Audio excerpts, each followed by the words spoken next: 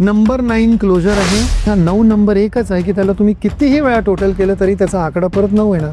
9 + 9 18 9 9 9 9 9 27 9 9 9 9 36 9.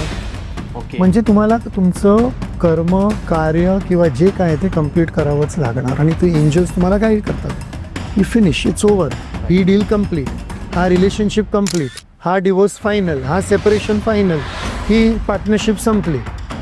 It's closing, closure. Closing 9 number. आता जर तुम्ही 9चा जर तुम्ही गायडन्स घेऊन 999 किंवा 4 वेळा तुमच्या जीवनात 9 आला आणि तो वर्षसुद्धा 9 असला, जसा हा वर्ष आहे नाही 2025 आहे, तुम्ही सचेत होऊन क्लोजर नाही केलं तुमच्या जीवनाचं, तर ही पूर्ण सायकल 9 वर्ष परत निर्माण होते. हो.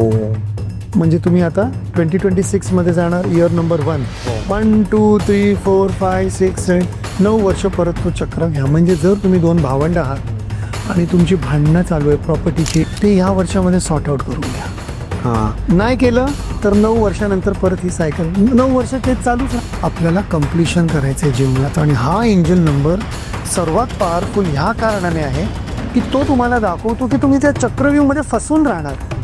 तुम्ही 9 वर्षाच्या चक्रव्यूहमध्ये अडकून जा. कितीतरी सायकल तुम्ही कंप्लीट करणार. हो बरोबर आहे. ह्याच्यापेक्षा तुम्हाला जे काय देणं घेणं जे करायचं ते कंप्लीट करा. पूर्ण व्हिडिओ बघण्यासाठी यूट्यूबवर जाऊन बँटर विथ चेतन सर्च करा.